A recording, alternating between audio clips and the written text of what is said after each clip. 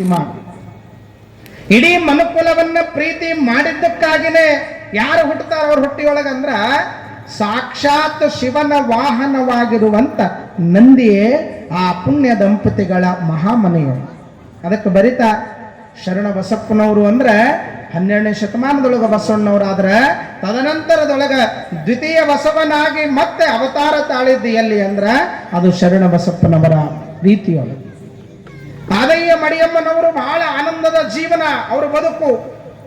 ಆದ್ರೆ ದೇವರು ಎಲ್ಲ ಕೊಟ್ಟಿದ್ದ ಭಗವಂತ. ನೀವು ನೋಡ್ರಿ, ಈ ಜಗತ್ತಿನೊಳಗ ನಾವೆಲ್ಲ ಬಹಳ ಸಂಪೂರ್ಣ ಆನಂದ ಅದೀವ್ರಿ ಅನ್ನೋರು ಸಿಗುದು ಬಹಳ ವಿರಳ. ಶ್ರೀಮಂತರೇ ಇರ್ಲಿ ಬಡವರೇ ಇರ್ಲಿ ಯಾರನ್ನಾರ ಮಾತಾಡ್ಸಿ, ಯಾಕ್ರಿ ಎವ್ರಿಗೇನು ಕಡಿಮೆ ರೀ ಬಹಳ ಚಲೋ ಅದಾರ ಅಂತ ನಾವ್ ಅನ್ಕೊಳ್ತಿರ್ತೀವಿ. ಅವ್ರನ್ನ ಹೋಗಿ ಮಾತಾಡ್ಸ್ರಿ ನೀವು, ಏನ್ರಿ ನಿಮ್ಗೆಲ್ಲ ದೇವ್ರ ಕೊಟ್ಟಾನ ಬಹಳ ಚಲೋ ಆನಂದ, ಎಲ್ಲ ದೇವ್ರ ಕೊಟ್ಟಾನ ಅಂತಾರ. ಮತ್ತೆ ಒಂದು ಕ್ವಶನ್ ಮಾರ್ಕ್ ಇರ್ತಾನೆ, ಯಾಕ್ರಿ ಎಲ್ಲ ಬಹಳ ಚಲೋ ಕೊಟ್ಟಾನ, ಇದು ಒಂದಿಟ್ಟಿದ್ರೆ ಬಹಳ ಚಲೋ. ಅದಕ್ಕೆ ಅಂತಾರ ನೋಡಿ, ಏನದ ಈ ಜಗತ್ತಿನೊಳಗ ಹಣವನ್ನ ಕೊಟ್ಟು ಬೆಡ್ಡನ್ನ ಖರೀದಿಸಬಹುದಾಗಲಿ ನಿದ್ರೆಯನ್ನ ಖರೀದಿಸಲಾಗುವುದೇ ಅಂತ. ಹಣವನ್ನ ಕೊಟ್ಟು ಅನ್ನವನ್ನ ಖರೀದಿಸಬಹುದಾಗಲಿ ಹಸಿವೆಯನ್ನೇನಾದರೂ ಖರೀದಿಸಲು ಈ ಜಗತ್ತಿನೊಳಗ ಸಾಧ್ಯದೇನೋ? ಸಾಧ್ಯ ಇಲ್ಲ. ಅದಕ್ಕೆ ಅವ್ರಂತಾರ, ಈ ಜಗತ್ತಿನೊಳಗ ಏನೆಲ್ಲವನ್ನ ಕೊಟ್ಟರೂ ಸಹಿತ ಒಂದಿಲ್ಲ ಒಂದು ಕೊರತೆಯನ್ನು, ಒಂದಿಲ್ಲ ಒಂದು ತೊಂದರೆಯನ್ನ ಈ ಜಗತ್ತಿನೊಳಗ ನಮಗೆಲ್ಲ ಬಹಳ ಪರಿಪೂರ್ಣ ಅದ ಅನ್ನುವಂಥ ವ್ಯಕ್ತಿಗಳಿದ್ರ ಅವ್ರು ಮನುಜರಾಗಿರ್ಲಿಕ್ಕೆ ಸಾಧ್ಯ ಇಲ್ಲ. ಅವ್ರಿಗೆ ಏನ್ ಅನ್ನಬೇಕು ಅಂದ್ರೆ ಈ ಭೂಮಿಯೊಳಗಿರ್ತಕ್ಕಂಥ ಮಹಾತ್ಮರು ಅಂತ ಅವ್ರು ಕರಿಬೇಕು ಅಂತಾರ. ಮಹಾತ್ಮರು ಅಂತ ಕರಿಬೇಕು. ಯಾಕೆ ಅಂದ್ರೆ ಈ ಸಂಸಾರ ಹೇಗದ ಅಂದ್ರ ಇದು ವಿಷಯ ವಾಸನೆಗಳಿಂದ ಕೂಡಿದ ಆಗರ ಅಂತಾರ. ಈ ಸಂಸಾರ ಇದು ಹೇಗದ ಅಂದ್ರ ಇದು ವಿಷಯ ವಾಸನೆಗಳಿಂದ ಕೂಡಿದಂತ ಆಗರ. ನೋಡಿ ದೇವರು ಎಷ್ಟು ಆನಂದದೊಳಗಿಟ್ಟಾನ ಅಂದ್ರ ಎಲ್ಲ ನಮಗ ಕೊಟ್ಟು ಬಿಟ್ಟ ಅಂದ್ರ ಮತ್ತೆ ನಾವೆಲ್ಲ ದೇವರಿಗೆ ಹೋಗಿ ಕೈ ಮುಗಿಯಕ್ಕೆ ಸಾಧ್ಯದ ರೀ? ಏನೂ ಇಲ್ಲ ಅಂದ್ರೆ ಒಂದೊಂದು ಟೈಮಿನೊಳಗ ನಾವು ಬಹಳಷ್ಟು ರೀತಿಯೊಳಗ ಯಾಕ ಈ ಮನುಜರಾದವ್ರು. ಅದಕ್ಕೆ ಪರಮಾತ್ಮ ಭಗವಂತ ಎಷ್ಟು ಜಾಣದಾನ ಅಂದ್ರೆ ಎಲ್ಲವನ್ನ ಕೊಟ್ಟಿರ್ತಾನ, ಯಾವುದಾದ್ರೂ ಒಂದು ಕೊರತೆ ಇಟ್ಟಿರ್ತಾನ. ಯಾಕೆ ಅಂದ್ರ ಸದಾವ ಕಾಲ ದೇವರನ್ನ ಇವರೆಲ್ಲ ನೆನೆಯಲಿ ಅಂತ ದೇವರು ಇವರನ್ನೆಲ್ಲ ನೆನೆಯಲಿ. ಹಾಗೆ ಆ ಊರಿನೊಳಗ ಆ ಮಹಾಮನೆಯೊಳಗ ಕೂಡ ಒಂದು ಕೊರತೆ. ಏನು ಕೊರತೆ ಇತ್ತು ಅಂದ್ರ ಮಕ್ಕಳಾಗಿ ಬಹಳ ದಿವಸಗಳಾದರೂ, ಮದುವೆಯಾಗಿ ಬಹಳ ದಿವಸಗಳಾದರೂ ಮಕ್ಕಳಾಗಿಲ್ಲ. ನೀವು ನೋಡಿ, ಅನೇಕ ಮಹಾತ್ಮರ ಚರಿತ್ರೆಗಳನ್ನ ನಾವೆಲ್ಲ ತೆಗೆದುಕೊಂಡಾಗ ಅವ್ರ ಬದುಕಿನ ವಿಚಾರಧಾರೆಯನ್ನ ನಾವೆಲ್ಲ ಆತ್ಮಲೋಕನ ಮಾಡಿದಾಗ ಮೊದಲು ಆರಂಭ ಆಗೋದು ಎಲ್ಲಿಂದ ಅಂದ್ರೆ ಮಕ್ಕಳಿಲ್ಲ ಮಕ್ಕಳಿಲ್ಲ. ಅನೇಕ ಶರಣರು ಎಷ್ಟೆಲ್ಲ ದಾರ್ಶನಿಕ ಬರ್ತಾ ಅದರೊಳಗೆ ಬಹಳಷ್ಟು ವಿಚಾರ ಎಲ್ಲಿಂದ ಆರಂಭ ಆಗ್ತದೆ ಅಂದ್ರೆ ಮಕ್ಕಳಿಲ್ಲ ಅನ್ನೋ ವಿಚಾರ. ಹಾಗೆ ಮಹಾಮಾತೆಯಾಗಿರುವಂತ ಆ ಮಡಿಯಮ್ಮನವರು ಅವರಿಗೂ ಸಹಿತ ಏನಾಗಿರಲಿಲ್ಲ ಅಂದ್ರ ಮಕ್ಕಳಿಲ್ಲ ಅನ್ನುವಂಥ ಕೊರಗು, ಮಕ್ಕಳಿಲ್ಲ ಅನ್ನುವಂಥ ಚಿಂತೆ. ಹೀಗಿರುತ್ತಾ ಇರಬೇಕಾದ್ರೆ ಸದಾವಕಾಲ ಭಗವಂತನ ಧ್ಯಾನದೊಳಗ ಸದಾವಕಾಲ ಪರಮಾತ್ಮನು. ಅದಕ್ಕಂತಾರ ಕೊಟ್ಟರೂ ಶಿವ, ಕೊಡದೇ ಇದ್ದರೂ ಶಿವ. ಒಂದು ಸಾರೆ ಭಕ್ತಿಯಿಂದ ಶಿವ ಅಂದು ಬಿಡೋಣ ಬರಿತಾರ ಯಾರು? 12ನೇ ಶತಮಾನದೊಳಗ ಆಗಿ ಹೋಗಿರುವಂತ ಸೊನ್ನಲಗಿಯ ಸಿದ್ದರಾಮ ಶಿವಯೋಗಿಗಳು. ಶಿವ ಶಿವ ಶಿವ ಶಿವ ಶಿವ ಶಿವ ಎಂದೊಮ್ಮೆ ಶಿವನಾಗಿ ಶಿವನ ಭಜಿಸು, ಹರ ಹರ ಹರ ಹರ ಹರ ಹರ ಎಂದೊಮ್ಮೆ ಹರನಾಗಿ ಹರನ ಪೂಜಿಸು, ಹರನ ಪೂಜೆ. ಒಂದು ಸಾರೆ ಭಕ್ತಿಯಿಂದ ಅಂದು ಬಿಡೋದು, ಒಂದು ಸಾರೆ ಪ್ರೀತಿಯಿಂದ ಭಗವಂತನನ್ನ ಕರೆದು ಬಿಡೋದು. ಅವನನ್ನ ಭಕ್ತಿಯಿಂದ ಪ್ರೀತಿಯಿಂದ ಕರೆದ್ವಿ ಅಂದ್ರ ಭಗವಂತ ನಮ್ಮ ಕರೆಗೆ ಹೋಗೊಡ್ತಾನೆ ಅನ್ಲಕ್ಕೆ ಇಂದಿನ ದಿವಸದ ಏನು ಆ ಮಹಾ ವಿಚಾರಧಾರಿಯಾಗಿರುವಂತ ಶಿವಯೋಗಿಯ ವಿಚಾರದ ಅದರೊಳಗೆ ಬರುವಂತ ಮೂಲ ಘಟ್ಟ. ಹೀಗೆ ಆನಂದದೊಳಗ ಕಾಲ ಕಳೀತಿರ್ಬೇಕಾದ್ರ ಮಕ್ಕಳಿಲ್ಲ ಅಂತ ಚಿಂತೆ ಮಾಡಿದ್ಲು ತಾಯಿ. ಮಕ್ಕಳಿಲ್ಲ ಯಾಕೆ? ಇವತ್ತು ನೋಡಿ, ಈ ಬದುಕಿನೊಳಗ ಒಬ್ಬ ತಾಯಿ ಹೆಣ್ಣು ಮಗಳಾಗಿ ಹುಟ್ಟ್ಯಾಳಂದ್ರ ಅವಳ ಬದುಕು ಆನಂದ ಆಗ್ಬೇಕು, ಅವಳ ಬದುಕು ಸಾರ್ಥಕ ಆಗ್ಬೇಕಾದ್ರ ಒಂದು ಮಗು ಆಗ್ಬೇಕು. ಅದಕ್ಕೆ ಜಾನಪದ ಗರತೆ ಬರೀತಾರ, ಮುಂಜಾನೆ ಹುಟ್ಟಾಲೆ ಸಂಜೆಗೆ ಸಾಯಲೆ ಬಂಜೆ ಎಂಬುವ ಶಬ್ದ ದೂರ ಆಗಲಿ ಅಂತಾಳ, ದೂರ ಆಗಲಿ ಅಂತ. ಬಾಲಕರಿಲ್ಲದ ಬಾಲಿದ್ಯಾತರ ಜನ್ಮ, ಬಾಲಕರಿಲ್ಲ ಬಾಲಿದ್ಯಾತರ ಜನ್ಮ, ಬಾಡಿಗೆಯತ್ತು ದುಡಿದಾಗ, ಬಾಡಿಗೆಯತ್ತು ದುಡಿದಾಗ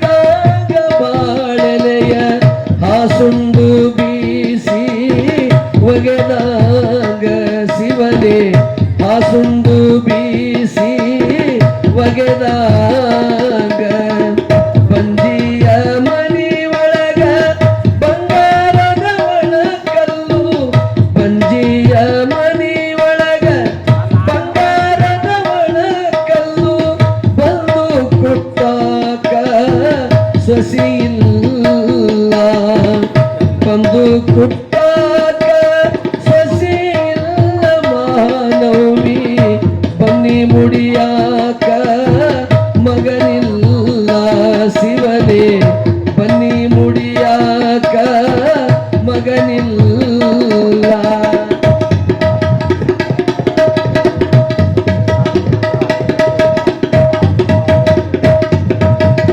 ಕಂದನ ಕೊಡು ಶಿವನೇ ಬಂಧನ ಪಡಲಾರೆ ಕಂದನ ಕೊಡು ಶಿವನೇ ಬಂಧನ ಪಡಲಾರೆ ಬಂದೆಂಬ ಶಬ್ದ ಬರಲಾರೆ ಬಂಜಂಬ ಶಬ್ದ ಬರಲಾರೆ ಭೂಮಿ ಮ್ಯಾಲೆ ಹಂಗಿನ ಬಾನ ಉಣಲಾರೆ ಶಿವನೇ ಹಂಗಿನ ಬಾನ ಉಣಲಾರೆ ಬಂಜಿ ಬಾಗಿಲ ಮುಂದ ಅಂಜೂರಿ ಗಿಡ ಹುಟ್ಟಿ ಬಂಜಿ ಬಾಗಿಲ ಮುಂದ ಅಂಜೂರಿ ಗಿಡ ಹುಟ್ಟಿ ಟೊಂಗಿ ಟೊಂಗಿಗಳಲ್ಲಿ ಗಿಳಿ ಕೂತು ಟೊಂಗಿ ಟೊಂಗಿಗಳಲ್ಲಿ ಗಿಳಿ ಕೂತು ಹೇಳ್ಯಾವ ಬಂಜಿಯ ಬದುಕು ಕೆರವರಿಗೆ ಶಿವನೇ ಬಂಜಿಯ ಬದುಕು ಬಂಜಿಯ ಬದುಕು ಬಂಜಿಯ ಬದುಕು ಕೆರವರಿಗೆ ಜೋರಾಗಿ ಚಪ್ಪಾಳೆ ತಪ್ಪೋಣ. ಶರಣಬಸವೇಶ್ವರ ಮಹಾರಾಜ್ ಕಿ ಜೈ. ಬಹಳ ಅದ್ಭುತವಾದ ಜಾನಪದ ಗೀತೆ. ಈಗ ಹಾಡಿದ್ರಲ್ರಿ ನಮ್ಮ ಗವಾಯಿಗಳು, ಇದಕ್ಕೆ ಜಾನಪದ ಗೀತೆ ಅಂತ ಕರೀತಾರೆ. ಈಗಿನ ಜಾನಪದ ಗೀತೆಗಳು ನೀವು ಕೇಳಿರಿ, ಯಾವ ಲಾವಣ್ಯ ಲಾವಣ್ಯ ಅಂತ ಹಾಡುವಂತಲ್ಲಿ ಕೇಳಿರಿ? ಯಾರು ಕೇಳಿಲ್ಲ ಅವ್ರ ಕೈ ಹತ್ರ ನೋಡೋಣ. ಎಲ್ಲರೂ ಕೇಳದವ್ರು ಹೇಗ್ರಿ? ಯಾರಿಗೆ ಗೊತ್ತಿಲ್ಲ ಹೇಳೋದು ಹಾಡ. ಆದ್ರೆ ಇದು ಅಲ್ಲ ಜಾನಪದ ಸಾಹಿತ್ಯ.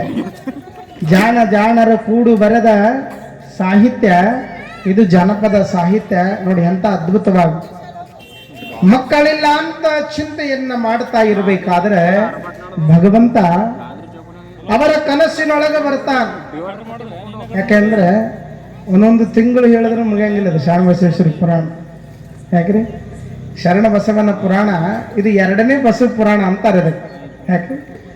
ಮೊದಲನೇದು ಬಸವ ಪುರಾಣ 3 ತಿಂಗಳಾದ್ರೆ ಇದು ಎರಡನೇ ಬಸವ ಪುರಾಣ ಯಾವುದು ಅಂದ್ರೆ ಶರಣ ಬಸಪ್ಪನವರ ಮಹಾಪುರಾಣ. ಅಂತ ಮಹಾಮಹಿಮನ ವಿಚಾರ ಎಟ್ರ ಮುಗಿಸ್ಬೇಕಾಗ್ಯದ್ರಿ ನಾವು ಅಂದ್ರೆ 1 ತಾಸಿನಾಗ ಮುಗಿಸ್ಬೇಕಾಗ್ಯದ. ಅದಕ್ಕೆ ನಮ್ಮ ಮುನಿಯಣ್ಣವ್ರು ಹೇಳಿದ್ರು, ಇದು ನಿಮಗೆ ಭಾಳ ಚಾಲೆಂಜಿನ ವಿಚಾರ ಅದ ರೀ. ಹೇಳೋದೇನು ಚಾಲೆಂಜ್ ವಿಚಾರ ಅಲ್ರಿ, ಮುಗಿಸೋದು ಭಾಳ ಚಾಲೆಂಜ್ ವಿಚಾರ ಅದ. ಅಲ್ಲಿ ಬಂದದ್ದು ಚಾಲೆಂಜ್ ಬಂದಿದ್ದು ಹೇಳಾರ್ದಾಗ ಏನು ತೊಂದರೆ ಇಲ್ಲ. ಯಾಕಂದ್ರೆ ಇಲ್ಲಿ ಎಲ್ಲ ಏನು ಹೇಳ್ಯಾರ ಎಲ್ಲರೂ ಪುರಾಣ ಹೇಳಿದ್ನ. ಹಾಗಾಗಿ ಹೇಳೋದು ಚಾಲೆಂಜ್ ಅಲ್ಲ, ಅದ್ರಾಗ ಮುಗಿಸ್ಬೇಕಲ್ಲ, ಅದು ಬಂದ. ಇದು ಹೆಂಗಾಗ್ಯದ ಅಂದ್ರೆ ಮಜ್ಗಿ ಪೂರ್ತಿ ರಾಮಾಯಣ ಆದಂಗೆ. ಯಾಕ್ರಿ? ಅವಾಗ ಹೆಣ್ಮಗಳು ಮನೆಗೆ ಬಂದಳ. ಮನೆಗೆ ಬಂದ ನಂತರದೊಳಗೆ ಏನೋ ಬೇಕಾಗಿತ್ತ ಹೆಣ್ಮಗಳಿಗೆ, ಮಜ್ಗಿ ಬೇಕಾಗಿತ್ತು. ಯಾಕ್ರಿ? ಈಗೆಲ್ಲ ಬಿಡ್ರಿ ಅಂಗಡಿಯಾಗ ಸಿಗ್ತಾವ ಮಜ್ಗಿನೂ ತರದ ಮಂದಿ ಮನೆಗೆ ಹೋಗಲ್ಲ, ಮೊಸರು ತರಕನು ಮಂದಿ ಮನೆಗೆ ಅಂಗಡಿಯಾಗೊಳಗೆ ಸಿಗ್ತಾವ. ಹಂಗೆ ಹೋದ ನಂತರದೊಳಗೆ ಅಕ್ಕಿ ಅಂದ್ಲ, ಸ್ವಲ್ಪ ಮನ್ಯಾಗ ಮಜ್ಜಿಗೆ ಅದಾವನ್ ಕುಡಿಯವ್ವ. ಮನ್ಯಾಗ ಮಜ್ಜಿಗೆ ಅದಾವನ್ ಕೊಡು ಅಂದಾಗ ಆ ಹೆಣ್ಮಗಳು ಅಂದ್ರು, ಮಜ್ಜಿಗೆ ಅದಾವ ಕೊಡ್ತೀನಿ, ಇಲ್ಲ ಅನ್ನಂಗಿಲ್ಲ. ಆದ್ರೆ ಈ ಮಜ್ಜಿಗೆ ಕೊಡೋದ್ರೊಳಗಾಗಿ ನನಗೆ ರಾಮಾಯಣ ಮಹಾಭಾರತ ಹೇಳ್ಬೇಕು ನೋಡಲ್ಲ. ಯಾಕ್ರಿ? ಮಜ್ಜಿಗೆ ಕುಡುವುದ್ರೊಳಗೆ ರಾಮಾಯಣ ಮಹಾಭಾರತ ಮುಗಿತಿದ್ದ ಅದು. ಅಂತ ಆಸನಾಗ ಶರಣ ಬಸಪ್ಪ ನೋಡಿದ್ ಮುಗಿಬಂದು. ಅದಕ್ಕೆ ಅಕ್ಕಿ ಅಂದಳಂತ ಮಜ್ಜಿಗೆ ಪುರ್ತಕ ರಾಮಾಯಣ. ಯಾಕಾಗಲ್ಲ ಕೇಳ್ತೇನೆ ನೋಡಿ ಎಷ್ಟು ಚಂದ. ದಶರಥನ ಕಂದ, ಸೀತೆಯ ತಂದ, ರಾವಣನ್ನ ಕೊಂದ, ನಿನ್ನ ಮಜ್ಜಿಗೆ ತಗೊಂಡು ಮನೆಗೆ ಹೋಗಂದ. ಏನ್ರಿ? ಮುಗಿತಲ್ಲ? ಯಾಕ್ರಿ? ಮುಗಿತಲ್ಲ. ದಶರಥನ ಕಂದ, ಸೀತೆಗೆ ತಂದ, ರಾವಣನ ಕೊಂದ, ಮುಗೀತು ನೋಡಿ. ಭಾರಿ ಅದಲ್ಲ ಅಂದ. ನಮ್ದು ಹೆಂಗ ಬೇಕಾಯ್ತು ಮಜ್ಜಿಗೆ ಪೂರ್ತಿ ರಾಮಾಯಣ ಮಾಡ್ಬೇಕಿ ನಾವು. ಇಲ್ಲದಿದ್ರೆ ಸ್ವಲ್ಪ ಮಜ್ಜಿಗೆನೇ ಹೆಚ್ಚು ಅಂತಾರ ಅವ್ರು. ಹೌದಲ್ಲ? ಇರ್ಲಿ ವಿಚಾರದಾರ ನೀವೆಲ್ಲ ಕೇಳು. ಅದಕ್ಕೆ ನಾ ಏನು ಹೇಳಿ ನಿಮ್ಗೆ, ನಮ್ಮ ಕಾಲನಿಯ ಜನ ಪ್ರಜ್ಞಾವಂತ ಜನಗಳು. ಯಾಕ್ರಿ? ಪ್ರಜ್ಞಾವಂತರಂತ ಅದಕ್ಕೆ ಅಂತಾರಂದ್ರೆ ಸುಮ್ಮನೆ ಏನೇನೋ ಹೇಳಿ ಹೋಗಲ್ಲ ನಡೆಯಂಗಿಲ್ಲ. ಆದ್ರೆ ಇವನು ಹೇಳಿಲ್ಲ ಅಂದ್ರೆ ನಡೆಯಂಗಿಲ್ಲ. ಬರೀ ಅಧ್ಯಾತ್ಮ ಹೇಳ್ಕೊಂಡು ಕುಂತೇವ ಅಂದ್ರೆ ಎಲ್ಲರಿಗೂ ಬೇಸರ ಬಿಟ್ಟತ್ರಿ ಹೇಳ್ಬೇಕಂದ್ರೆ. ಯಾಕ್ರಿ? ಮನ್ಯಾಗ ಕುಂತ್ರ ನೆಮ್ಮದಿಲ್ಲ, ಮೊಬೈಲ್ ನೋಡ್ರಿ ನೆಮ್ಮದಿಲ್ಲ, ನೀವೆಲ್ಲ ಎದಕ್ಕೆ ಬರ್ತೀರಿ ಇಲ್ಲಿ ಅಂತ ಕೇಳಿದ್ರೆ, ನಿಜವಾದ ನೆಮ್ಮದಿ 5 ದಿವಸ ಎಲ್ಲಿ ಸಿಗಲಿಕ್ಕೆ ಸಾಧ್ಯದ ಅಂದ್ರೆ ಮಹಾಮಹಿಮನಾಗಿರುವಂತ ವಿಘ್ನೇಶನ ಸನ್ನಿಧಾನದೊಳಗ ಇಂಥ ಎಲ್ಲ ಮಹಾತ್ಮರು. ಅದಕ್ಕೆ ಇದು ಹೆಂಗದ ನಮ್ಮ ವಿಜಯನಗರ ಕಾಲನಿ 5 ದಿವಸ ಅಂದ್ರೆ ಇದು ಒಂಥರ ಕೈಲಾಸ ಇದ್ದಂಗೆ. ಯಾಕ್ರಿ ಇದು ಒಂದು ತರ ಸ್ವರ್ಗ ಇದ್ದಂಗೆ. ಅದಕ್ಕಂತಾರ ಬಹಳ ಚಂದ ಬರೀತಾರ ಕುವೆಂಪು, ಸ್ವರ್ಗದ ಬಾಗಿಲು ಎಲ್ಲಿ ಹೇದಣ್ಣ ಪ್ರಶ್ನೆ ಮಾಡ್ತಾರ. ಸ್ವರ್ಗದ ಬಾಗಿಲು ಎಲ್ಲಿ ಹೇದಣ್ಣ ಅಂದ್ರೆ ನಾವು ಉತ್ತರ ಬರೀಬೇಕು ಏನಂತ, ವಿಜಯನಗರ ಕಾಲನಿಯ ವಿಘ್ನೇಶನ ಸನ್ನಿಧಾನದೊಳಗಿದೆಯಾ ಅಂತ ನಾವು ಮುಂದೆ ಬರಿಬೇಕು. ಎಷ್ಟು ಮಾರ್ಮಿಕವಾದ ವಿಚಾರ. ಹೀಗಿರುತ್ತಾ ಇರಬೇಕಾದ್ರ ಮಹಾಮಹಿಮ ಪರಮಾತ್ಮ ಕನಸಿನೊಳಗ ಬರ್ತಾನ. ಯಾರ ಕನಸಿನೊಳಗ? ಅದಯ್ಯ ಮಡಿಯಮ್ಮನವರ ಕನಸಿನೊಳಗ ಬಂದು ಹೇಳ್ತಾನೆ, ನೋಡು ನೀವು ಚಿಂತೆಯನ್ನು ಮಾಡಬೇಡ, ನಿಶ್ಚಿಂತೆಯಾಗಿರುವಂತವರಾಗ್ಲಿ. ಸೂರ್ಯ ಚಂದ್ರ ಇರುವವರೆಗೂ ಕೂಡ ನಿಮ್ಮ ಮನೆತನದ ನಿಮ್ಮ ಹೆಸರನ್ನು ಉಳಿಸುವಂತ ಪುಣ್ಯದ ಶಿಶು ನಿಮ್ಮ ಮನೆಯೊಳಗೆ ಹುಟ್ಟಿ ಬರ್ತಾನ. ಆದ್ರೆ ನೀ ಹಡದ ತಾಯಿ ಆಗಂಗಿಲ್ಲ, ನೀನು ಪಡೆದ ತಾಯಿ ಆಗತಿ ಅಂತ. ಆ ಸಮಯದೊಳಗ ಮಡಿಯಮ್ಮ ತಾಯಿ ಬಹಳ ಆಶ್ಚರ್ಯ ಅನಿಸ್ತದ. ಹೆತ್ತ ತಾಯಿ ಕೇಳಿ ಇದ್ಯಾವುದು ಪಡೆದ ತಾಯಿ ಪ್ರಶ್ನೆ ಮಾಡಿದ್ಲು. ಯಾರಿಗೆ? ಕನಸಿನೊಳಗೆ ಬಂದಂತ ಭಗವಂತನಿಗೆ, ಪರಮಾತ್ಮನಿಗೆ. ಅವಾಗ ಆ ಪರಮಾತ್ಮ ಅಂತ, ನೋಡು ನಿನ್ನ ತಂಗಿಯಾಗಿರುವಂತ ಮಹಾಮಾತೆ ಸಂಗಮಾಂಬೆಯ ಉದರದೊಳಗ ಆ ಪರಶಿವನ ಪ್ರತಿರೂಪವಾಗಿರುವ ನಂದಿ ಹುಟ್ಟಿ ಬರ್ತಾನ. ಹುಟ್ಟಿದ ಮರುಕ್ಷಣದೊಳಗ ಆ ಮಗುವಿನನ್ನು ಏನು ಮಾಡ್ತಾಳ ನಿನ್ನ ತಂಗಿ ಅಂದ್ರೆ ನಿನ್ನ ಒಡಲೊಳಗ ಹಾಕ್ತಾಳ. ಆ ತಾಯಿ ಜನ್ಮ ಕೊಟ್ಟವಳು, ಆದ್ರೆ ಪಡೆದವಳು ಯಾರು ಅಂದ್ರೆ ಮಹಾಮಾತೆ ಮಡಿಯಮ್ಮ. ಮತ್ತೆ ಆ ತಾಯಿ ಅಂತಾಳ, ಮತ್ತೆ ಇದ್ದ ಮಗ ನನಗೆ ಕೊಟ್ಟು ಅವಳೇನ್ ಮಾಡ್ತಾಳ? ಅವಾಗ ಅವ್ರಂತಾರ ಅವಳಿಗೂ ಒಂದು ಮಗು ಆಗ್ತದೆ, ಆ ಮಗು ಮುಂದೆ ದೊಡ್ಡಪ್ಪ ಅಂತ ಹೆಸರಿಡುತ್ತಾಳೆ. ಎಷ್ಟು ಮಾರ್ಮಿಕವಾಗಿರುವಂತ ವಿಚಾರಧಾರೆಗಳು. ಹೀಗಿರ್ತಿರ್ಬೇಕಾದ್ರೆ ಮುಂದೆ ಕಾಲಘಟ್ಟ ಕಳೆದಂತೆ ಊರಾಗೆಲ್ಲ ಸುದ್ದಿ ಆಯ್ತು. ನೋಡ್ರಿ, ಚಲೋದ್ ಭಾಳ ಜಲ್ದಿ ಸುದ್ದಿ ಆಗಂಗಿಲ್ಲ. ಇಟ್ಟೆಲ್ಲ ನಡೆದದ, ಇಟ್ಟೆಲ್ಲ ಹಚ್ಚಾರ. ಇದು ಕಾಲನಿ ಒಳಗೆ ಸುದ್ದಿ ಆಗೋದು ಭಾಳ ಕಷ್ಟ. ಅದೇ ಇಲ್ಲೇನಾರು ಅನ್ಸು ಭಾಳ ಏರುಪೇರು ಆಯ್ತು ಅಂದ್ರೆ ಪೇಪರ್ದಾಗ ಟಿವಿಯಾಗ ಬರೋದು ಭಾಳ ಕಡಿಮೆ. ಅದಕ್ಕೆ ಜಲ್ದಿನ ಎಲ್ಲ ಕಡೆ ಮುಟ್ಟು ಬಿಟ್ಟಿರ್ತದೆ. ನಮ್ಮ ಕಾಲನಿ ಸುದ್ದಿ ಅಲ್ಲ, ಆ ಕಡೆ ಮತ್ತೆ ಬೇರೆ ಕಡೆ ಸುದ್ದಿನ ಹೇಳು. ಹಿಂಗೆ ಎಲ್ಲ ಕಡೆ ನಡೆಯೋದಿರು. ಹೇಗಿರುತ್ತಾ ಇರಬೇಕಾದ್ರೆ ಎಲ್ಲ ಜನಗಳು ಮಾತಾಡೋಕೆ ಶುರು ಮಾಡು. ಕನಸಿನಾಗ ಏನೋ ಪರಮಾತ್ಮ ಬಂದಾನ. ಯಾಕ್ರಿ ಪರಮಾತ್ಮ ಕನಸಿನಾಗ ಬಂದು ಹೇಳ್ಯಾನ, ಹೆಂಗೇನೋ ಇಂಥ ವಿಚಾರ ಎಲ್ಲಿ ಸಾಲಕ್ಕೆ ಮನೆತನದವ. ಯಾಕೆ? ಅವರು ಧರ್ಮವಂತರಿದ್ರು, ಆಚಾರವಂತರಿದ್ರು. ಕಾಲ ಕಳೆದಂತೆ ಮಹಾಮಾತೆ ಅಂದು ಶಿವನ ವರಕೃಪೆಯಾದಂತೆ ಸಂಗಮಾಂಬೆ ಗರ್ಭವನ್ನು ಧರಿಸ್ತಾ. ಮಲ್ಕಪ್ಪನ ಹೆಂಡತಿ ಸಂಗಮಾಂಬೆ, ಆದಯ್ಯನವರ ತಮ್ಮ ಮಲ್ಕಪ್ಪ ಗರ್ಭವನ್ನ ಧರಿಸಿರುವ ಸಮಯದೊಳಗ ಮುಂದೆ ಬಿದಿಗೆಯ ಚಂದಿರನಂತೆ ಆ ಮಹಾಮಾತೆ ಏನು ಮಾಡಿದ್ಲು ಅಂದ್ರೆ ಗಂಡು ಮಗುವಿಗೆ ಜನ್ಮವನ್ನ ಕೊಡ್ತಾ. ಯಾವಾಗ ಗಂಡು ಮಗು ಹುಟ್ಟಿತು ಎಲ್ಲರೂ ಆನಂದ ಪಟ್ರು. ನೋಡಿ, ಆ ಪರಮಾತ್ಮನ ಇಚ್ಛೆ ಅದ, ಅವನ ಕೃಪೆಯಿಂದ ಹುಟ್ಟಿದಂತ ಶಿಶುವನ್ನ ಮಹಾಮಾತೆಯಾದ ಸಂಗಮಾಂಬೆ ಏನು ಮಾಡಲು ಅಂದ್ರೆ ಮಡಿಯಮ್ಮನ ಉಡಿಯೊಳಗೆ ಹಾಕ್ತಾಳ. ಇಂದಿನಿಂದ ಈ ಮಗುವಿಗೆ, ಈ ಕೂಸಿಗೆ ನಾನು ತಾಯಿ ಅಲ್ಲ, ಯಾರು ತಾಯಿ ಅಂತ ಕೇಳಿದ್ರೆ ಮಡಿಯಮ್ಮನೆ ತಾಯಿ ಅಂತಾಳ. ಮಡಿಯಮ್ಮನೆ ತಾಯಿ. ಜಯ ಶರಣ ಬಸವೇಶ ಭಕ್ತರ ಮನೆವಾಸ. ಜಯ ಶರಣ ಬಸವೇಶ, ಜಯ ಶರಣ ಬಸವೇಶ, ಕರುಣಾನಿಧಿ ಪುರುಷ. ಜಯ ಶರಣ ಬಸವೇಶ, ಕರುಣಾನಿಧಿ ಪುರುಷ. ಜಯ ಮರಣ ಭವನಾಶ, ಜಯ ಮರಣ ಭವನಾಶ, ಭಕ್ತರ ಮನೆವಾಸ. ಜಯ ಶರಣ ಬಸವೇಶ, ಕರುಣಾನಿಧಿ ಪುರುಷ.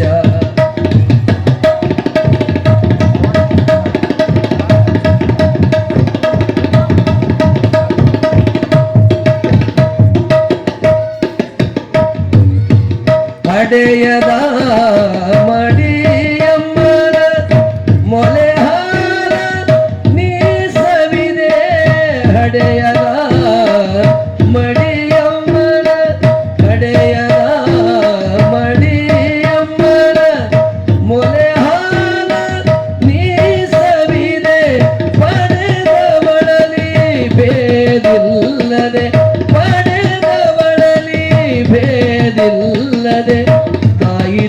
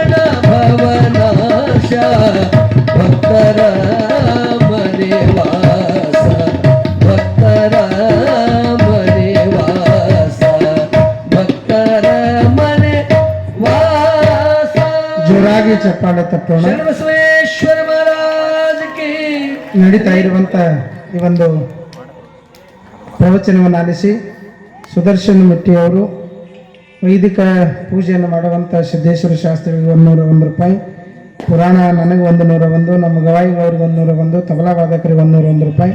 ಅದೇ ರೀತಿಯಾಗಿ ಸೋಮನಾಥ್ ಮಿಟ್ಟಿಯವರು ಕೂಡ ವೈದಿಕ ಪುರೋಹಿತರಿಗೆ 101, ನನಗೆ 101, ಗವಾಯಿಗಳವರಿಗೆ 101, ತಬಲಾ ವಾದಕರಿಗೆ 101. ಅದೇ ರೀತಿಯಾಗಿ ಅವರೇ ಮತ್ತೆ ಸೋಮನಾಥ್ ಮಿಟ್ಟಿ ಅನ್ನೋರು ಮತ್ತೆ 101, 101, 101 ಹೀಗೆ ನಮ್ಮೆಲ್ಲ 4 ಜನಕ್ಕೆ ಕಾಣಿಕೆಯನ್ನು ನೀಡಿದ್ದಾರೆ.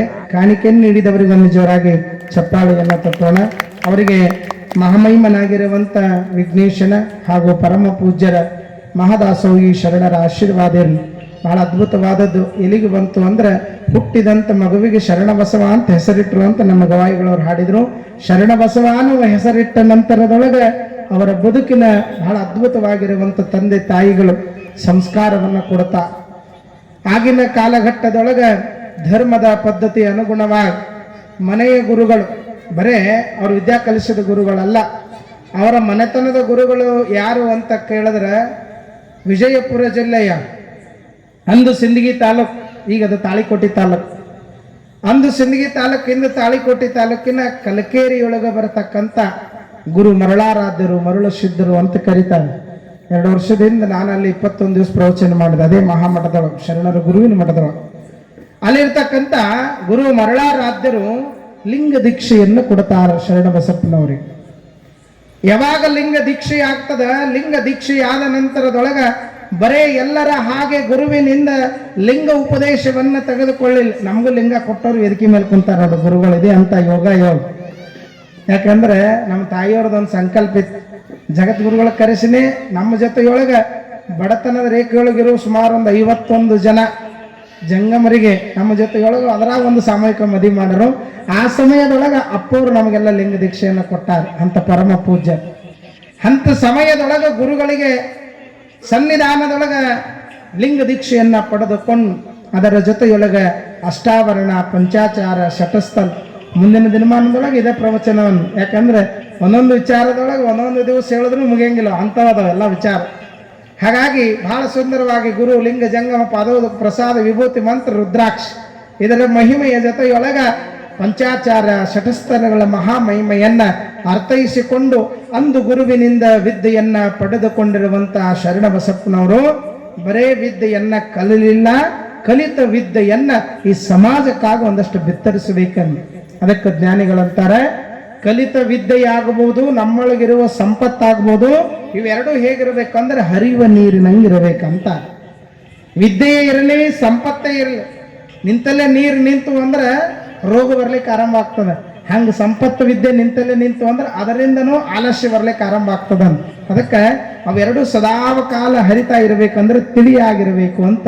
ಅವೆಲ್ಲ ತಿಳಿಯಾಗಿರ್ಬೇಕಾದ್ರೆ ಇಂಥ ಕಾರ್ಯಕ್ರಮಕ್ಕೆ ದಾನ ಧರ್ಮಾದಿಗಳು ಸದಾವಕಾಲದೊಳಗೆ ನಡೀತಾ ಇದ್ರೆ ಅವೆಲ್ಲ ನಡೀಲಿಕ್ಕೆ ಸಾಧ್ಯ.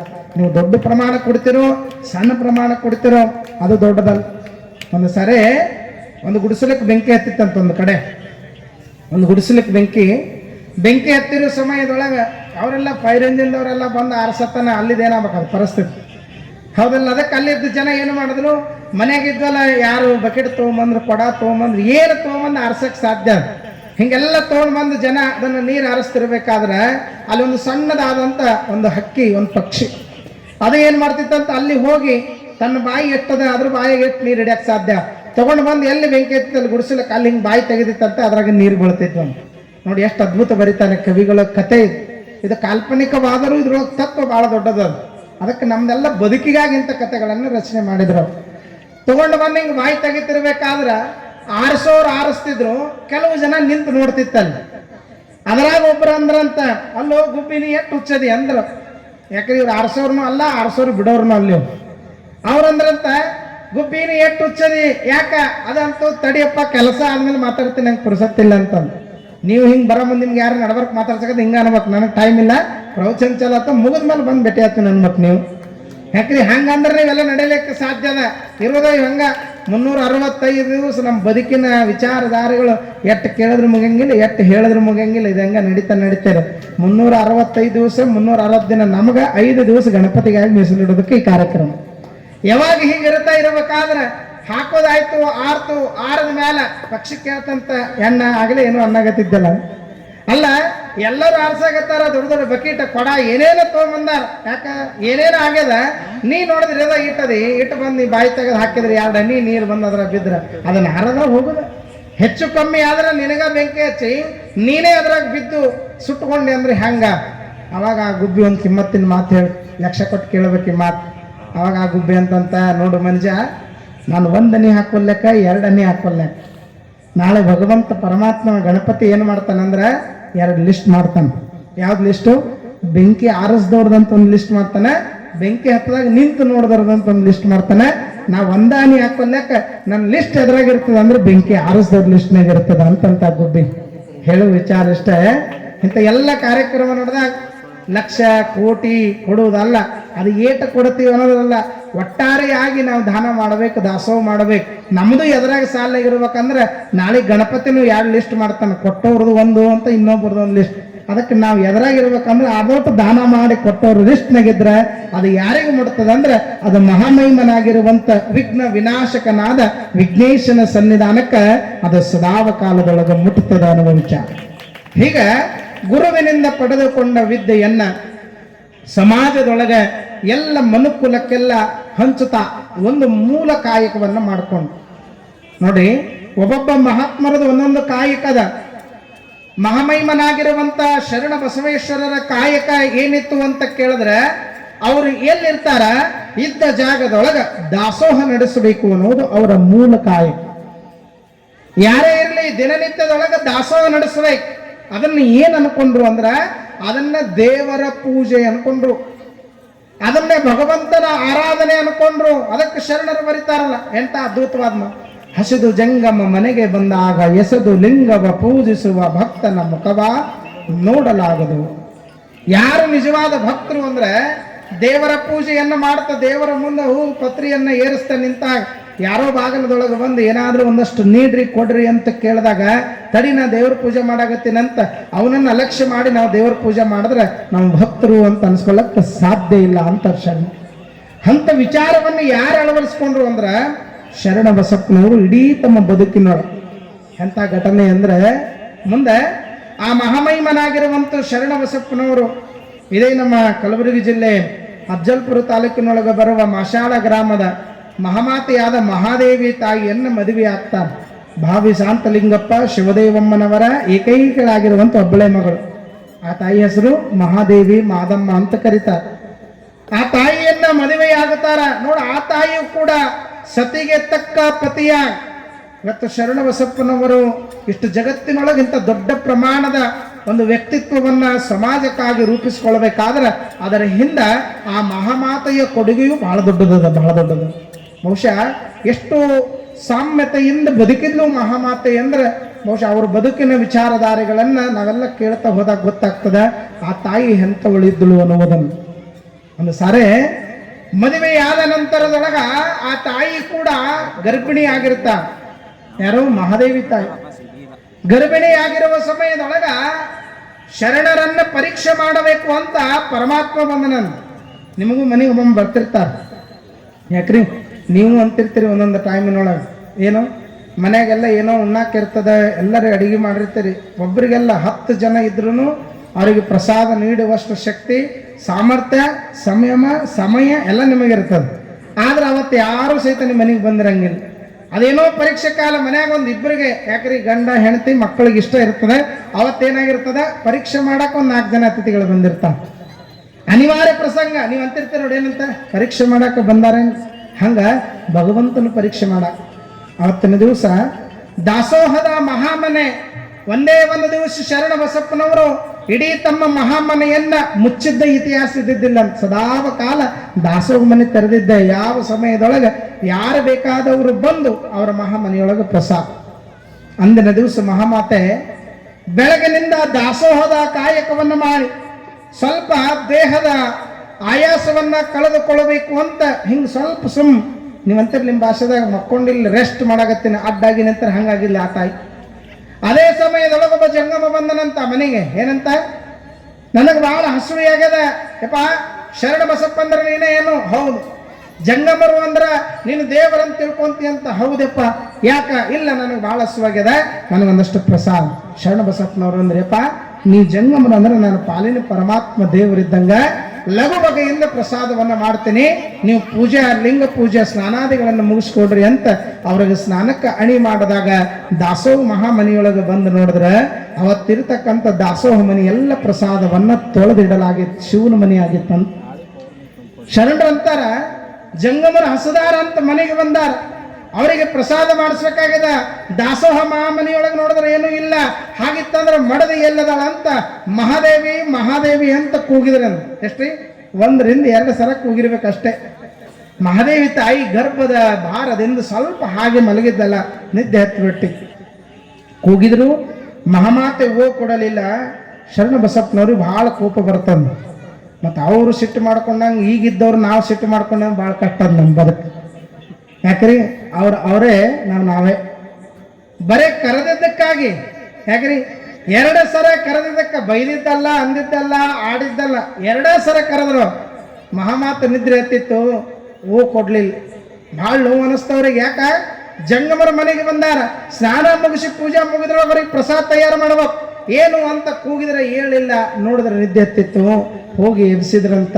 ಲಘು ಬಗೆಯಿಂದ ಮಹಾಮಾತೆ ಎದ್ದು ಕೂಡ್ತಾಳ. ಸ್ವಾಮಿ ಏನು ಹೇಳ್ರಿ ಅಂದ್ರ, ಹಸಿದು ಜಂಗಮ ಮನೆಗೆ ಬಂದಾನ, ಪ್ರಸಾದ ಇಲ್ಲ ಅಂತ ನಾ ಕೂಗ್ತಿದ್ರೆ ನೀ ಆನಂದ ನಿದ್ದೆ ಮಾಡಾಗತ್ತಿಯಲ್ಲ ಅಂತಂದ್ರೆ ಆ ತಾಯಿ ಒಂದು ಮಾತಂದ್ಲು. ಏನಂತಾಳ ಅಂದ್ರ, ತನ್ನ ನೋವನ್ನ ಗಂಡನ ಮುಂದೆ ಹಂಚ್ಕೊಂತಾಳ. ಏನು? ಗರ್ಭದ ಭಾರ ಆಯಾಸವಾಗ್ಯದ, ಮಲಗಬೇಕಂತ ಮಲಗಿಲ್ರಿ, ಸುಮ್ಮನೆ ಹೀಗೆ ಅಡ್ಡಾಗಿದೆ, ಹಾಗೆ ನಿದ್ದೆ ಹತ್ತಿ ಬಿಟ್ಟದ, ನನಗೆ ಕ್ಷಮ ಮಾಡ್ರಿ ಅಂತಂದ್ರೆ ಶರಣ ಬಸಪ್ಪನವರು ದಾಸೋಹದ ಮೂರ್ತಿ, ಎಷ್ಟು ದೊಡ್ಡ ವ್ಯಕ್ತಿ, ಆ ದಾಸೋಹದೊಳಗೆ ಎಷ್ಟು ಕಠೋರವಾದ ವ್ಯಕ್ತಿ ಇದ್ದ ಅನ್ಲಕ್ಕ ಅವ್ರ ಬದುಕಿನೊಳಗೆ ಇದೊಂದು ಅದ್ಭುತವಾದ ಘಟನೆ. ಇಂಥ ಸಾವಿರಾರು ಘಟನೆಗಳು ನಡೀತಾ ಅವ್ರ ಬದುಕಿನೊಳಗೆ. ಅವಾಗ ಅವ್ರಂದ್ರಂತ, ಏನಂದಿ ಅಂದ್ರು, ಇಲ್ಲ ಗರ್ಭ ಆಯಾಸವಾಗಿತ್ತು, ಅದಕ್ಕೆ ಹಿಂಗೆ ಆಟ ಆಗಿದ್ದೆ, ನಿದ್ದೆ ಹತ್ತಿ ಬಿಟ್ಟದ. ನೋಡಿ, ಹೆಂಡತಿ ಏನೂ ಅಂದಿಲ್ಲ, ಅಂದಿದ್ದು ಸ್ವಲ್ಪ ಗರ್ಭ ಆಯಾಸವಾಗ್ಯದ. ಶರಣ ಬಸಪ್ಪನವರು ಒಂದು ಮಾತಂತಾರ. ಏನು? ಗರ್ಭದೊಳಗೆ ಇರಬೇಕಾದ್ರೆ ನಾನು ಇಷ್ಟು ದಿನ ಮಾಡ್ಕೊಂಡು ಬಂದಿರುವಂತ ಈ ದಾಸೋಹಕ್ಕ ಹೊಟ್ಟೆಯೊಳಗಿರುವ ಶಿಶು ಇಷ್ಟು ತೊಂದರೆ ಮಾಡ್ತದಂದ್ರೆ, ಇನ್ನು ಆ ಶಿಶು ಭೂಮಿಗೆ ಬಂತಂದ್ರೆ ಇನ್ನೆಷ್ಟು ನನಗೆ ದಾಸೋಹ ತೊಂದರೆ ಮಾಡಕ್ಕಾಗ್ತದೆ. ಆ ಮಗು ಏನಾದ್ರೂ ಭೂಮಿಗೆ ಬಂದದ್ದೇ ಆದ್ರೆ ನಿನ್ನ ಗರ್ಭಕ್ಕೆ ಶಿವನಾಣಿಯಾಗ್ಯದಂತ ಆಣಿ ಇಡ್ತಾರ. ಶಿವನಾಣಿಯಾಗ್ಯದಂತ ಆಣಿ. ಏನು ಮಾತಾಡಿಲ್ಲ, ಬರೇ ಕರೆದಿದ್ದಕ್ಕ ಅಂದಿಲ್ಲ ಅನ್ನುವುದಕ್ಕೆ. ನೋಡಿ ಎಂಥ ವಿಚಾರದ ಶರಣ ಬಸಪ್ಪನವ್ರ ಬದುಕು. ನಾವೆಲ್ಲ ಅನ್ಕೊಳ್ತೀವಿ ಮಹಾತ್ಮರ ವಿಚಾರಧಾರೆಗಳು, ಅವ್ರ ಕುರಿತು ನಾವೆಲ್ಲ ವಿಷಯಗಳು ಕೇಳ್ತೀವಿ ಅಂದ್ರೆ ಅವ್ರ ಬದುಕು ಹೂವಿನ ಹಾಸಿಗೆಯಾಗಿರಲಿಲ್ಲ. ನಮ್ಮ ಹಾಗೆ ಅವರು ಕಷ್ಟಪಟ್ಟವ್ರು. ನಮಗ ಒಬ್ರ ಇಬ್ರು 1-2 ತೊಂದರೆಗಳು ಬರ್ತಾವ, ಸಾವಿರಾರು ತೊಂದರೆಗಳು, ಸಾವಿರಾರು ಊರುಗಳು. ನೋಡಿ, ಹುಟ್ಟಿದ್ದೊಂದು ಊರು, ಅವ್ರು ನೆಲೆ ನಿಂತಿದ್ದು ಇನ್ನೊಂದು ಊರು. ಎಷ್ಟು ಜನಗಳನ್ನು ನೋಡಿರಕ್ಕಿಲ್ಲ, ಎಷ್ಟು ಮಹಿಮಾ ಪುರುಷರು ಅವರಿಗೆ ಸಿಕ್ಕಿರಕ್ಕಿಲ್ಲ. ಗರ್ಭಕ್ಕೆ ಆಣೆ ಇಟ್ಟು ಎಷ್ಟು ಅವರ ಬಾಂಧವ್ಯದ ಜೀವನ ಇತ್ತು ಅಂತ ಕೇಳಿದ್ರೆ, ಒಂದು ದಿವಸ ಗಂಡ ನನ್ನ ಗರ್ಭಕ್ಕೆ ಆಣೆ ಇಟ್ಟಾನ ಅಂತ ಯಾರಿಗೂ ಹೇಳಿದ್ದಿಲ್ಲ ಅಂತ ಮಹಾಮಾತ್. ಹೀಗ್ರಿ ಮನ್ಯಾಗ ಆಗರದಾಗ ವಿಡಿಯೋ ಕಾಲ್ ಮಾಡಿಬಿಟ್ಟಿರ್ತಾರ. ಯಾರಿಗ್ರಿ? ಯಾಕ್ರಿ? ಆಗರದಾಗ ಹಿಂಗನ್ನೋಡು ಹಂಗನ್ನೋಡು, ಹಿಂಗಾಯ್ತು ನೋಡಿ ಹಿಂಗಾಯ್ತು ನೋಡಿ, ಮತ್ತೆ ಯಾಕೆ ಸಂಸಾರ ಚಂದ್ರಲ್ರಿ, ಯಾಕೆ ಡೈವರ್ಸ್ ಆಗಲ್ರಿ, 2 ತಿಂಗಳು ಆತವ 4 ತಿಂಗಳು. ಆದ್ರೆ ಆಗಿನ ಕಾಲಘಟ್ಟಗಳ ಆ ವಿಚಾರಧಾರೆ ಎಲ್ಲರೂ ಹಂಗೆ ಇರ್ತಾರಂತಲ್ಲ. ಅಷ್ಟಾದರೂ ನೋಡಿ, ಆ ತಾಯಿ 39 ತಿಂಗಳು, ಬಹಳ ಅದ್ಭುತ ಘಟನೆ ಅದು. 9 ತಿಂಗಳಲ್ಲ, 39 ಅಂದ್ರೆ 9 ತಿಂಗಳದಂತ 39 ತಿಂಗಳಾದ್ರು 3 ವರ್ಷಗಳಾದ್ರು ಮಹಾಮಾತೆ ಮಗುವಿಗೆ ಜನ್ಮ ಕೊಡದೇ ಇದ್ದಾಗ ಊರಾಗಿದ್ದ ಜನ ಎಲ್ಲ ಅಂದ್ರಂತ, ಯಾಕ ಮಹಾದೇವಿಗೆ ಹೀಗೆ? ಒಂದೇ ಒಂದು ದಿವಸ ಯಾರೆದ್ರೂ ನನ್ನ ಗಂಡ ಆಣಿ ಇಟ್ಟಾನಂತ ತಾಯಿ ಹೇಳಿಲ್ಲ, ನಾನು ಹೆಂಡತಿ ಗರ್ಭಕ್ಕೆ ಆಣಿ ಇಟ್ಟಿನಿ ಅಂತ ಶರಣ ಬಸಪ್ಪನವ್ರು ಹೇಳಿದ್ದೇನೆ. ಯಾರು ಮರಗಿದ್ರು ಇದಕ್ಕಂದ್ರೆ ಕೈಲಾಸದ ಅಧಿಪತಿಯಾಗಿರುವ ಶಿವಪಾರ್ವತಿ ಮರಗಿದ್ರಂತ. ಬಹಳ ಚಂದ ಕವಿಗಳು ಬರೀತಾರೆ ಇದನ್ನ. ದ್ಯಾಂಪುರ ಕಲಿನಾಥ್ ಕವಿಗಳು ಬರೀತಾರೆ, ಪುಟ್ಟರಾಜ ಕವಿಗಳು ಬರೀತಾರೆ, ಮಾವೂರಿನ ಚೆನ್ನ ಕವಿಗಳು ಬರೀತಾರೆ, ಸಿದ್ದಯ್ಯ ಪುರಾಣಿಕರು ಬರೀತಾರೆ, ಅನೇಕ ಕವಿಗಳು ಅನೇಕ ವಿಚಾರಧಾರೆಗಳು. ಪಾರ್ವತಿ ಅಂದ್ಲಂತ ಆ ಹೆಣ್ಣಿನ ಜೀವ ಎಷ್ಟಂತ ನೋಯಿಸ್ಲಿಕ್ಕೆ ಸಾಧ್ಯದ, ಅದನ್ನು ಹೋಗಿ ಪರಿಹಾರ ಮಾಡಬಾರದೇನು ಅಂತಂದ್ರೆ ಪರಮಾತ್ಮನ ಇಲಿಗೆ ಬರದಂತ ಭೂಮಿಗೆ ಬಂದನು. ಭಗವಂತನ ಮತ್ತೆ ಜಂಗಮರ ರೂಪದೊಳಗೆ ಎಲ್ಲಿಗೆ ಬರ್ತಾನಂದ್ರೆ ಅದೇ ಸಾಲಕ್ಕೆ ಮನೆತನಕ್ಕೆ ಬಂದು ಎಂದಿನಂತೆ ಜಂಗಮರಿಗೆ ಪ್ರಸಾದ ಕಣಿ ಮಾಡಿದ್ರೆ ಪ್ರಸಾದಕ್ಕೆ ಕುಂತಿದ್ರಂತ. ಇನ್ನೇನು ಪ್ರಸಾದ ಆರಂಭ ಆಗಬೇಕು, ಸಾಷ್ಟಾಂಗ ಹಾಕಿದ್ರು ತಗೊಳ್ರಿ ಬುದ್ಧಿ ಅಂತಂದ್ರು. ಅಂದಾಗ ಜಂಗಮರಂದ್ರಂತ, ಶಿವನ ಮೇಲೆ ಆಣೆ ಇಟ್ಟ ಮನೆಯೊಳಗೆ ನಾ ಪ್ರಸಾದ ಮಾಡಂಗಿಲ್ಲ ಅಂದ್ರಂತ. ಶಿವನ ಮೇಲೆ ಆಣೆ ಇಟ್ಟವರ ಮನೆಯೊಳಗೆ ನಾ ಪ್ರಸಾದ ಮಾಡಂಗಿಲ್ಲ. ಶರಣ ಬಸಪ್ಪನವ್ರು ಅಂದ್ರಂತ, ಯಪ್ಪ ಆಣಿ ಹಿಡಿಸ್ದವ್ ನೀನ, ಆಣಿ ತೆಗೆಸ್ದವ್ ನೀನ ಅಂದ್ರಂತ. ನೋಡಿ ಮತ್ತೆ ಅವ್ರೆಂತ ಮೇಧಾವಿಗಳೇ. ಅವ್ರಂತಾರ, ನಾನು ಗರ್ಭಕ್ಕೆ ಆಣೆ ಇಟ್ಟಿದ್ದು ನನ್ನ ಹೆಂಡತಿಗೆ ಬಿಟ್ಟು ಮತ್ತೊಬ್ಬರು ಯಾರಿಗೂ ಗೊತ್ತಿರ್ಲಕ್ಕೆ ಸಾಧ್ಯ ಇಲ್ಲ. ಅಂತೂ ಗೊತ್ತಾಗ್ಯದ ಅಂದ್ರೆ ನೀನು ಶಿವನದಿ, ಆಣೆ ಇಟ್ಟವನು ನೀನೆ, ಆಣೆ ತೆಗೆದವನು ನೀನೆ, ನಿನ್ನ ಆಜ್ಞೆ ಅದ ಅಂದ್ರೆ ನಾನು ನೀನು ಹೇಳಿದಂತೆ ನಡ್ಕೊಳ್ತೀನಿ ಅಂದಾಗ ಆ ತಾಯಿ ಗರ್ಭಕ್ಕಿಟ್ಟ ಆಣೆಯನ್ನ ತೆಗೆದ್ರೆ ಮುಂದೆ ಅವರಿಗೆ ಗಂಡು ಮಗು ಹುಟ್ಟುತ್ತದೆ. ಅದಕ್ಕೆ ಎಂತ ಹೆಸರು ಇಡ್ತಾರವ ಅಂದ್ರೆ ಬಹುಶಃ ಜಗತ್ನಾಗ ಅಂತ ಹೆಸರು ಕೇಳೋದು ಬಹಳ ಕಷ್ಟ. ಏಟಿಟ್ಟಾರ? ಗುರುಲಿಂಗ ಜಂಗಮ ಅಂತ ಹೆಸರು ಇಡ್ತಾರ. ಯಾರು? ಶರಣ ಬಸಪ್ಪನವರು ಗುರುಲಿಂಗ ಜಂಗಮ. ಯಾಕ? ಅವರು ಬದುಕೇ ಅದಕ್ಕಾಗಿತ್ತು. ಗುರು ಲಿಂಗ ಜಂಗಮರಿಗಾಗಿನೇ ಇಡೀ ತಮ್ಮ ಬದುಕನ್ನ ಧಾರೆ ಎರೆದವರು ಯಾರು ಅಂದ್ರೆ ಕಲಬುರಗಿ ಶರಣ ಬಸಪ್ಪನವರು. ಕಲಬುರಗಿ ಶರಣ